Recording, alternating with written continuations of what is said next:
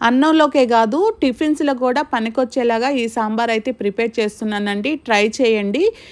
వేడిగా ఉన్నప్పుడు అన్నంలో తినేసేయండి ఆ రోజుకి.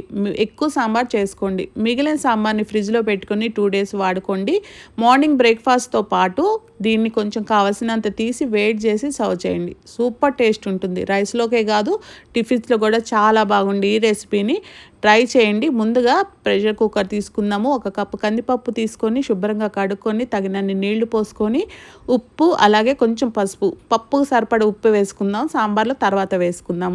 ఇప్పుడు మూత పెట్టుకొని 3 విజిల్స్ వచ్చే వరకు ఉడికించుకోవాలి. ఇప్పుడు ఒక వేరే ప్యాన్ తీసుకుందాము.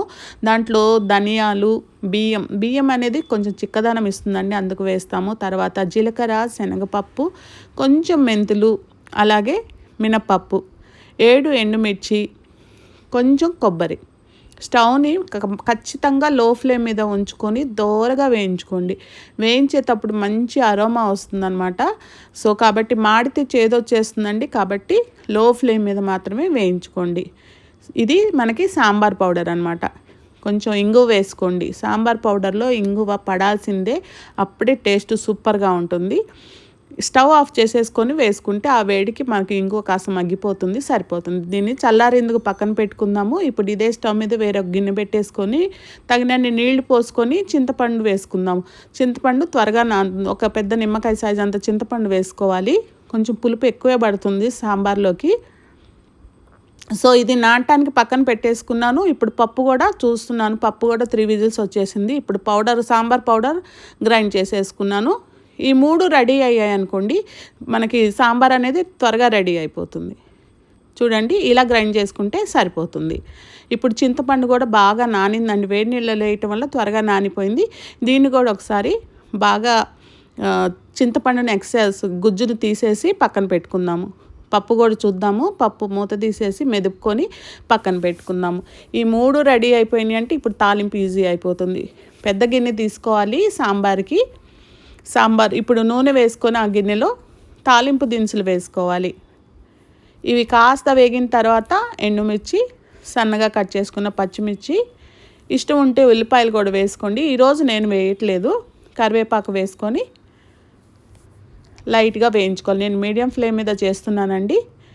ఇలా వేగిన తర్వాత మీ దగ్గర ఏ వెజిటేబుల్స్ ఉంటే ఆ వెజిటేబుల్స్ వేసుకోండి. సాంబార్లోకి ఇంగువ చాలా బాగుంటుంది. కొంచెం ఇంగువ కూడా వేసాను. ఇప్పుడు వెజిటేబుల్స్ అన్నీ కట్ చేసి అన్నీ మీడియం సైజు ఒకే సైజులో ఉండేలా కట్ చేసుకోండి. నేను వచ్చేసేసి క్యారెట్, బంగాళదుంప, మునక్కాయ, బెండకాయలు, కొంచెం దొండకాయలు ఉన్నాయి, అవి కూడా వేస్తున్నాను. ముల్లంగి, వంకాయ ముక్కలు చూసారా, దాదాపు అన్ని ముక్కలు కూడా ఇంచుమించు ఒకే సైజు ఉండేలా కట్ చేసుకుంటే ఏంటంటే అన్నీ ఈవెన్గా కుక్ అవుతాయి అన్నమాట. ఇప్పుడు ఈ నూనెలో కాసేపు వేయించుకోవాలి. ఈలోగా మనం దీంట్లో కొంచెం పసుపు, సాంబారుకు తగ్గ ఉప్పు వేసుకోవాలి.